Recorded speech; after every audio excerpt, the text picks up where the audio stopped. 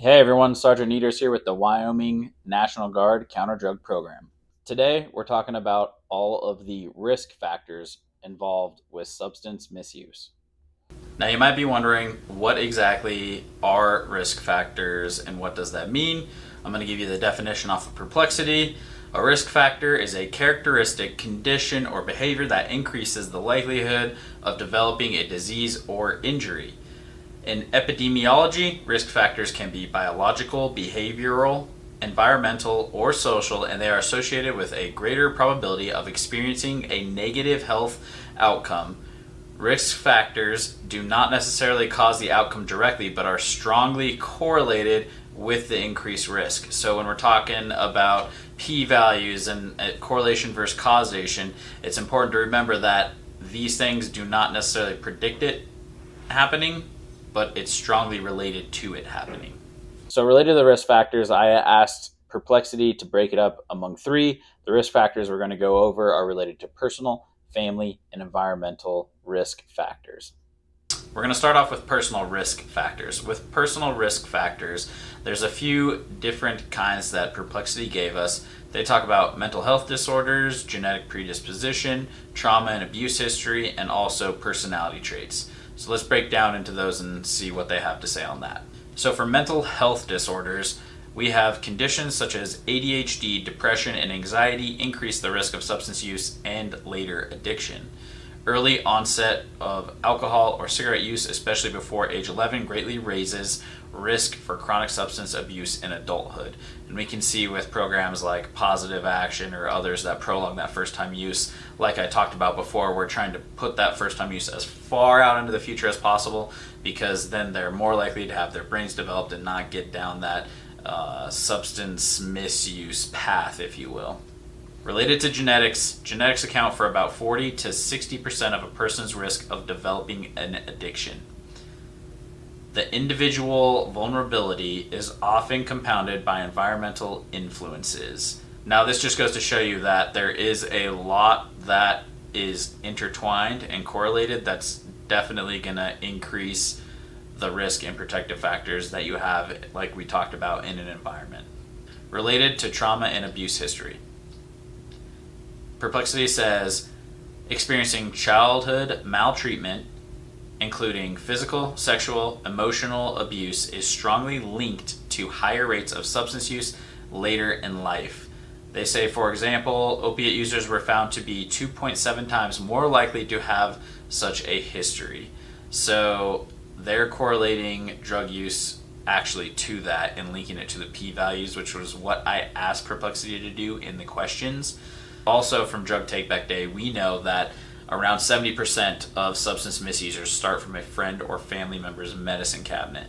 Now, that being said, if there's a huge history of trauma or abuse, there is a chance that there's substances in the home, especially with access to these things, so that could also increase the likelihood of a place of where they could start from as well. Personality traits. Traits such as impulsivity, sensation seeking, and low self-control are all statistically associated with higher substance use. Now we're going to move on to family risk factors. The first risk factor we have is family history and substance use disorders. Related to family history, there is an 8-fold increased risk of developing substance use disorders among individuals with first-degree relatives with drug or alcohol use disorders, showing one of the highest familial aggregations of any risk factor. So family history is definitely correlating, if not potentially related to causation among using these substances and having a problem from using them.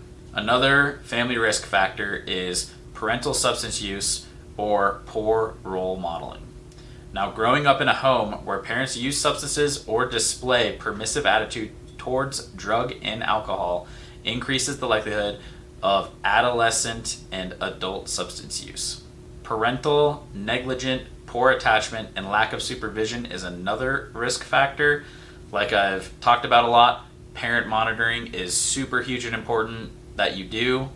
Related to this one, weak parent-child relationships, neglect, and lack of emotional warmth or support correlate with higher substance use. Finally, the last family one Perplexity gave us is socioeconomic status. Now, again, like I said, these are just correlated, and I am not saying that this alone is leading to a certain kind of substance use.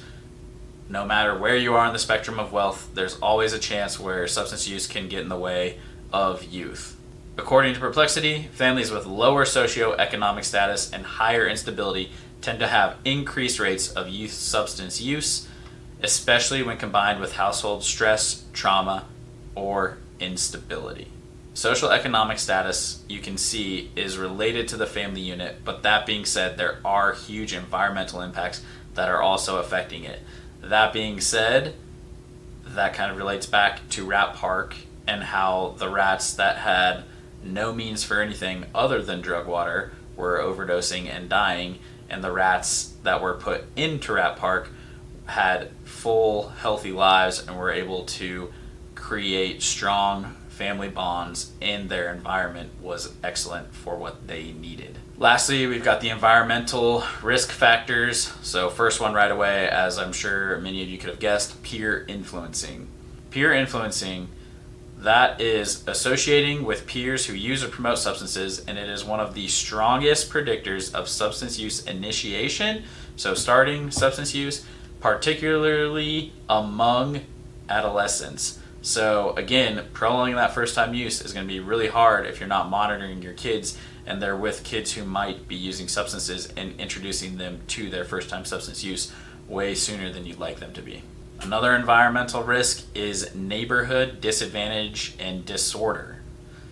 So what that is living in neighborhoods with high substance availability, low socioeconomic status, high crime, or low social cohesion increases exposure and risk to substance use. Now, all that being said, this one is a little bit crazy because it's definitely going to get political. There's the free market and bringing whatever goods and services you want to the community to be able to sell and prosper and have a successful business. But there's also those policies that have been put in place in some areas where they say, hey, you can only have so many liquor licenses, for example, or so many tobacco shops. Again, take with that what you want, but just know that these type of things, neighborhoods with high substance ability, low socioeconomic status, high crime, or low social cohesion are leading to and correlated to higher substance use. We have school and work environments. So related to that one, stressful, toxic, or high pressure academic or work environments, as well as environments where substance use is normalized, elevate the risk of developing an addiction. And that would make sense if you're always around it. It's probably going to correlate or causate a person using substances at a higher rate. Lastly, and this one is super impactful with social media and just access to all this content and culture, media and cultural exposure is the last risk factor that Perplexity gives us to talk about today. Environments where media and culture normalize or glorify substance use contributes to higher rates of initiation and continued use, especially in youth and young adults. And I think that pretty much all of us in this industry, if you will, and all the parents watching this video wondering how they can help lower their child's substance use are all aware that media and culture exposure have a huge impact on the youth. And if you can create a good media culture for them to take in, that is going to lead to probably less substance use. And especially this is where parent monitoring comes in, knowing where to find hidden chats, what sorts of chat rooms or different accesses kids are using in order to communicate with others is super important, and definitely comes down to the parent monitoring aspect of substance prevention. All right, well, there you have it. That's everything we've got for risk factors today. We'll see you in the next video. Don't forget, like, comment, share, subscribe. Please get these videos out there. I know there's people out there who need to see these videos and understand more related to substance prevention. We'll see you next time.